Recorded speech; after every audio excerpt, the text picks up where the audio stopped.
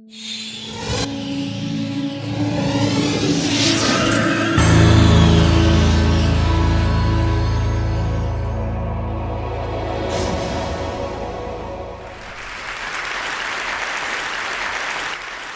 I want to do this afternoon is something a little different than what's scheduled. Foreign policy, you can figure that out by watching, I don't know, Rachel Maddow or somebody. But I want to talk about young people and structure.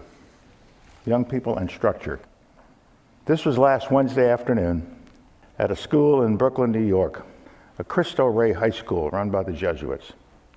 And I was talking to this group of students, and take a look at them. They were around me in three directions. You'll notice that almost all of them are minority. You'll notice that the building is rather austere. It's an old New York school building, nothing fancy. Still have old blackboards and whatnot. There are about 300 kids in this school, and the school's been going now for 4 years, and they're about to graduate their first class. 22 people are graduating, and all 22 are going to college. They all come from homes where there is, for the most part, just one person in the home, usually the mother or the grandmother, and that's it. And they come here for their education and for their structure. Now, I had this picture taken, and it was put up on my Facebook page last week. And somebody wrote in, "Why does he have him standing at attention like that?" And then they said, "But he looks good." He does look good, because kids need structure. And the trick I play in all of my school appearances is that when I get through with my little homily to the kids, I then invite them to ask questions. And when they raise their hands, I say, "Come up." And I make them come up and stand in front of me. I make them stand at attention like a soldier. Put your arm straight down to your side. Look up, open your eyes, stare straight ahead, and speak out your question loudly so everybody can hear. No slouching, no pants hanging down, none of that stuff. You know, and this young man, his name is, last name is Cruz, he loved it, and it's all over his Facebook page, and it's going viral. And so people think, I'm being unkind to this kid. No, we're having a little fun. And the thing about it, I've done this for years. The younger they are, the more fun it is. When I get 6- and 7-year-olds in a group, I have to figure out how to keep them quiet. They'll always start yakking. And so I play a little game with them before I make them stand at attention. I say, "Now listen, in the Army, when we want you to pay attention, we have a command. It's called at ease. It means everybody be quiet and pay attention, listen up. Do you understand? Let's practice." Everybody start chatting. And I let them go for about 10 seconds. Then I go, "At ease!" "Yes, General, yes, General." Try it with your kids, see if it works, I don't think so. But anyway, it's a game I play, and it comes obviously from my military experience. Because for the majority of my adult life, I worked with young kids, teenagers with guns, I call them. And we would bring them into the Army. And the first thing we would do was to put them in an environment of structure. Put them in ranks. Make them all wear the same clothes. Cut all their hair off so they look alike. Make sure that they are standing in ranks. We teach them how to go right face, left face, so they can obey instructions and know the consequences of not obeying instructions. It gives them structure. And then we introduce them to somebody who they come to hate immediately, the drill sergeant. And they hate him. And the drill sergeant starts screaming at him and telling him to do all kinds of awful things. But then the most amazing thing happens over time. Once that structure is developed, once they understand the reason for something, once they understand, "Mama ain't here, son. I'm your worst nightmare, I'm your daddy and your mommy." And that's just the way it is. You got that, son? Yeah. And then when I ask you a question, there are only 3 possible answers: yes sir, no sir, and no excuse, sir. Don't start telling me why you didn't do something. It's yes sir, no excuse, sir. You didn't shave, but sir, don't tell me how often you scraped your face this morning. I'm telling you, you didn't shave. No excuse, sir. Attaboy, you're learning fast. But you'd be amazed at what you can do with them once you put them in that structure. In 18 weeks, they have a skill. They are mature. And you know what? They come to admire the drill sergeant, and they never forget the drill sergeant. They come to respect him. And so we need more of this kind of structure and respect in the lives of our children. I spent a lot of time with youth groups, and I say to people, when does the education process begin? We're always talking about, let's fix the schools, let's do more for our teachers, let's put more computers in our schools, let's get it all online. That isn't the whole answer. It's part of the answer. But the real answer begins with bringing a child to the school with structure in that child's heart and soul to begin with. When does the learning process begin? Does it begin in first grade? No, it begins the first time a child in a mother's arms looks up at the mother and says, oh, this must be my mother. She's the one who feeds me. Oh yeah, when I don't feel so good down there, she kind of, takes care of me. It's her language I will learn. And at that moment, they shut out all the other languages that they could be learning at that age. But by 3 months, that's her. And if the person doing it, whether it's a mother or grandmother or whoever's doing it, that is when the education process begins. That's when language begins. That's when love begins. That's when structure begins. That's when you start to imprint on the child that you are special. You are different from every other child in the world. And we're going to read to you. A child that has not been read to is in danger when that child gets to school. A child who doesn't know his or her colors, who doesn't know how to tell time, doesn't know how to tie shoes, doesn't know how to do those things, and doesn't know how to do something that goes by a word that was drilled into me as a kid. Mind your manners, mind your adults, mind what you're saying. This is the way children are raised properly. And I watch my own young grandchildren now come along, and they're, much to the distress of my children, they are acting just like we did. You imprint them. And that's what you have to do to prepare children for education and for school.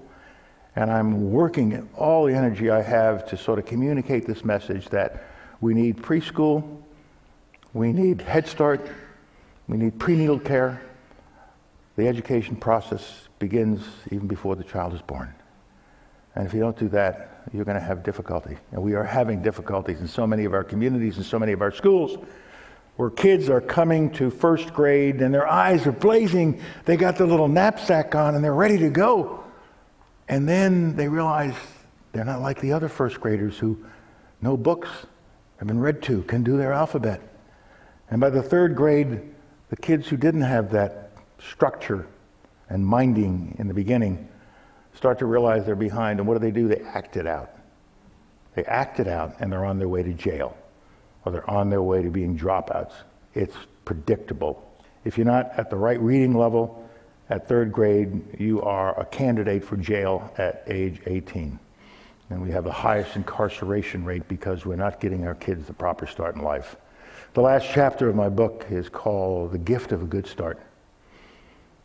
Gift of a good start. Every child ought to have a good start in life. I was privileged to have that kind of good start. I was not a great student. I was a public school kid in New York City, and I didn't do well at all. I have my entire New York City Board of Education transcript from kindergarten through college. I wanted it when I was writing my first book. I wanted to see if my memory was correct. My God, it was. Straight C everywhere. And I finally bounced through high school, got into the City College of New York with a 78.3 average, which I shouldn't have been allowed in with. And then I started out in engineering, and that only lasted 6 months. And then I went into geology, rocks for jocks, this is easy. And then I found ROTC. I found something that I did well and something that I loved doing. And I found a group of youngsters like me who felt the same way. And so my whole life then was dedicated to ROTC and the military. And I say to young kids everywhere, as you're growing up and as the structure is being developed inside of you, always be looking for that which you do well and that which you love doing. And when you find those two things together, man, you got it. That's what's going on, and that's what I found.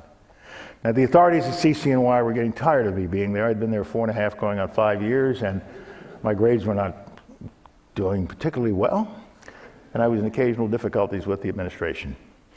And so they said, but he does so well in ROTC. Look, he gets straight A's in that, but not in anything else. And so they said, look, let's take his ROTC grades and roll them into his overall GPA and see what happens. And they did. It brought me up to 2.0. Well, he said, it's good enough for government work. Give him to the Army. We'll never see him again. We'll never see him again. And so they shipped me off to the Army. And lo and behold, many years later, I'm considered one of the greatest sons the City College of New York has ever had. So I tell young people everywhere, it ain't where you start in life. It's what you do with life that determines where you end up in life.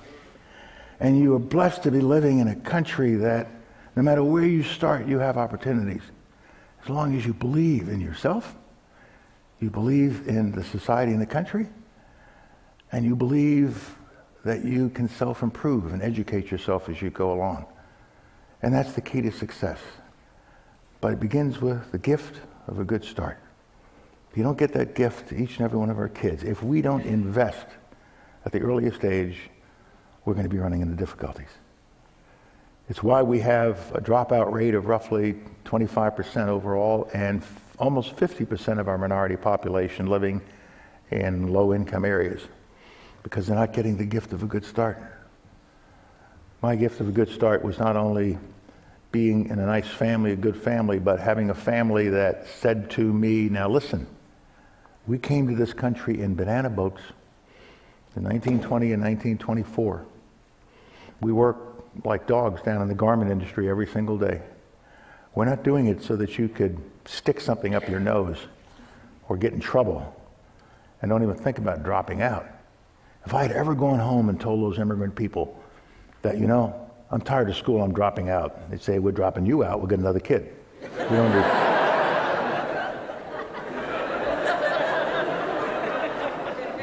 They had expectations for all of the cousins in the extended family of immigrants that lived in the South Bronx. But they had more than just expectations for us. They stuck into our hearts like a dagger, a sense of shame. Don't you shame this family. Sometimes I would get in trouble, and my parents were coming home, and I was in my room waiting for what's going to happen. And I would sit there saying to myself, okay, look, take the belt and hit me, but God, don't give me that shame the family bit again. It devastated me when my mother did that to me. And I also had this extended network. Children need a network. Children need to be part of a tribe, a family, community. In my case, it was aunts who lived in all of these tenement buildings. I don't know how many of you New Yorkers, but there were these tenement buildings, and these women were always hanging out one of the windows, leaning on a pillow. They never left. So help me God, I grew up walking those streets and they were always there. They never went to the bathroom, they never cooked, they never did anything. But what they did was keep us in play. They kept us in play. And they didn't care whether you became a doctor, a lawyer, or a general. And they never expected any generals in the family. As long as you got an education and then you got a job. Don't give us any of that self-actualization stuff. You get a job and get out of the house. You know, we got time. We got time to waste for that, and then you can support us. That's the role of you guys. And so it's so essential that we kind of put this culture back into our families, all families.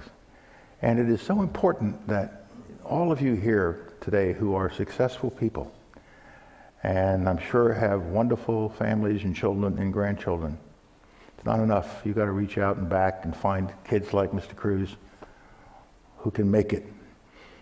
If you give them the structure, if you reach back and help, if you mentor, if you invest in boys and girls clubs, if you work with your school system, make sure it's the best school system and not just your kid's school, but the school uptown in Harlem, not just downtown Montessori on the west side. All of us have to have a commitment to do that. And we're not just investing in the kids, we're investing in our future. We're going to be a majority country in one more generation. Those that we call minorities now are going to be the majority. And we have to make sure that they are ready to be the majority. We have to make sure they're ready to be the leaders of this great country of ours. A country that is like no other. A country that amazes me every single day. A country that's fractious. We're always arguing with each other. That's how the system's supposed to work. It's a country of such contrast, but it's a nation of nations. We touch every nation Every nation touches us. We are a nation of immigrants. That's why we need sound immigration policy. It's ridiculous not to have a sound immigration policy to welcome those who want to come here and be part of this great nation, or we can send back home with an education to help their people rise up out of poverty. One of the great stories I love to tell is about my love of going to my hometown of New York and walking up Park Avenue on a beautiful day and admiring everything and seeing all the people go by from all over the world. But what I always have to do is stop at one of the corners and get a hot dog from the immigrant pushcart peddler. Gotta have a dirty water dog. And no matter where I am or what I'm doing, I gotta do that. I even did it when I was Secretary of State. I'd come out of my suite at the Waldorf Astoria. I'd be walking up the street, and I would hit around 55th Street looking for the immigrant pushcart peddler. In those days, I had 5 bodyguards around me, and 3 New York City police cars would roll alongside to make sure I didn't get it. Nobody whacked me while I was going up Park Avenue. And I would order the hot dog from the guy, and he'd start to fix it, and then he'd look around at the bodyguards and the police cars. I've got a green card, I've got a green card. It's all right. But now I'm alone. I got no bodyguards, I got no police cars, I got nothing. But I gotta have my hot dog. I did it just last week. It was on a Tuesday evening down by Columbus Circle. And the scene repeats itself so often. I'll go up and ask for my hot dog, and the guy will fix it. And as he's finishing, he'll say, I know you, I see you on television. You're General Powell. Yes. Oh. Hand him the money. No, General. You can't pay me, I've been paid. America has paid me. I'll never forget where I came from, but now I'm an American. Sir, thank you. Accept the generosity, continue up the street, and it washes over me, my God, the same country that greeted my parents this way 90 years ago. So we are still that magnificent country, but we are fueled by young people coming up from every land in the world. And it is our obligation as contributing citizens to this wonderful country of ours to make sure that no child gets left behind. Thank you very much.